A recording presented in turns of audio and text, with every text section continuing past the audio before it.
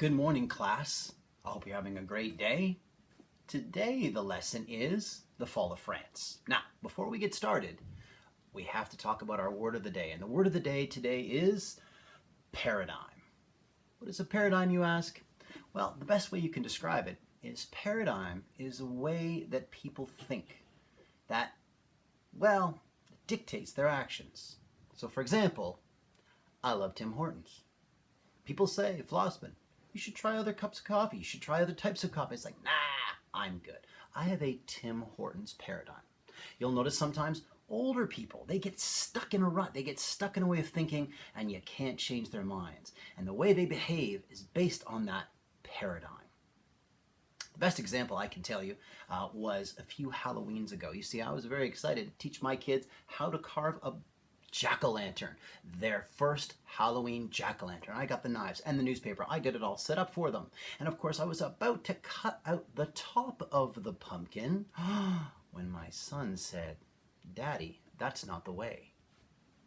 Now I said to my son, I've been carving pumpkins since 1978, since the Bee Gees were popular. What possible ideas can you bring to the table? And my son said, "Daddy, my teacher told us that the best way to carve a pumpkin is to cut the bottom out of the pumpkin. Therefore, you still have the handle on the top and all the guts spill out. And when you put the pumpkin on the candle, your fingers don't get burned." And so I went, oh my gosh, I was in a jack-o'-lantern pumpkin paradigm for almost 30, 40 years. So it takes new ways of thinking to get out of your paradigm. That's why I love young people, because sometimes it takes a young person's mind to think outside of the box. And so that's a lesson for you. You can teach your parents something.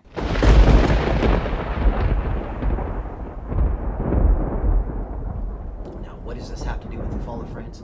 You see, unfortunately for the world, the Nazis, and Hitler in particular, were prepared to think outside of their paradigm. Unfortunately, our allies did not. They were still in a World War I paradigm. I hope you all enjoyed watching episode 2 of World War II in color, both on Netflix and on YouTube, whatever platform you have. I mean, I think it really showed Hitler's lightning forces, that blitzkrieg of the Stukas and the tanks and the army invading Poland. And in fact, they took Poland in a matter of weeks. By October of 1939, Poland was essentially under the hands of the Third Reich. Well, the Western half was. We'll get to that a little bit later. But Hitler actually waits. He waits a few months. Nothing else happens after Poland. It's called the sitting war or the phony war, where everyone's just waiting. Canada is now in. Britain, France, everyone is waiting for this to start. Where is Hitler's next move? By March, April of 1940, he does his move. He invades Denmark and Norway and what's called the Low Countries, Netherlands or Holland, and Belgium. And he takes these using his lightning war as well as his paratroopers. He takes these countries, these low countries, in a matter of days. But you see, his eyes is on France. That's where he wants to take, because he knows it would mean the entire continent of Europe would be his, except for England. And he hesitates, he pauses, and he waits how to do it. Of course, you could go with the World War I Schlieffen Plan. That's what happened in 1914. Does he do a repeat? Does he go right across the border and engage the French directly? Well, you see, the French, well, they have a border castle fortification line. It is called the Maginot Line. And the Maginot Line, it's beautiful. It's concrete. It's as sturdy as they come. It's one of the most impenetrable structures if you're fighting a 1914 war. That's right. If you're fighting World War I, of course you're not. It is now 1940. Things have changed. You see, France was still stuck in a World War I paradigm. But what happens next? Well, it is incredibly risky, and it actually works. Hitler decides that he's going to, as I call it, fake Schlieffen plan. You see, he's going to send a few of his units through into Belgium. He's going to draw the French troops up, and then he's going to retreat. And those French troops are going to follow him back towards Germany. All the while, he's going to move his main force underneath between the Maginot Line and the French forces through a heavily forested region called the Ardennes.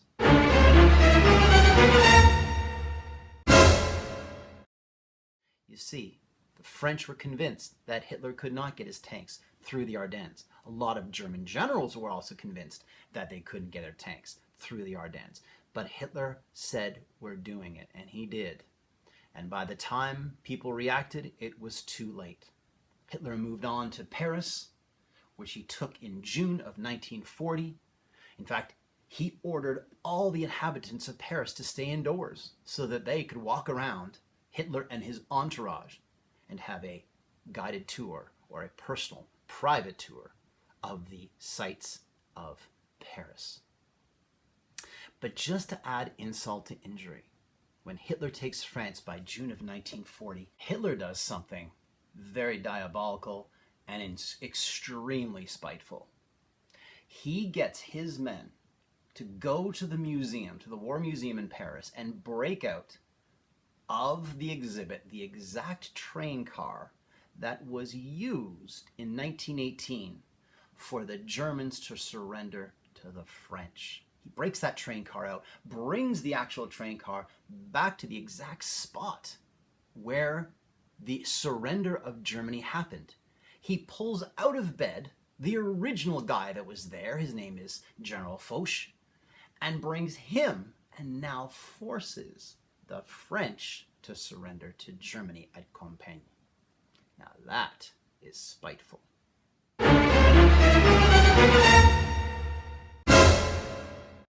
So this shows us a few things. First, fighting a war with an old paradigm does not lead to success. And also, it makes it look like Hitler can do no wrong. Hitler is invincible, and his population, for the most part, is behind him. Well, ladies and gentlemen, I hope you had a wonderful lesson. Tomorrow we'll look at Dunkirk and also the Battle of Britain. But before I go, I'd like to say three things, as I always do. Study hard, don't panic, and be well.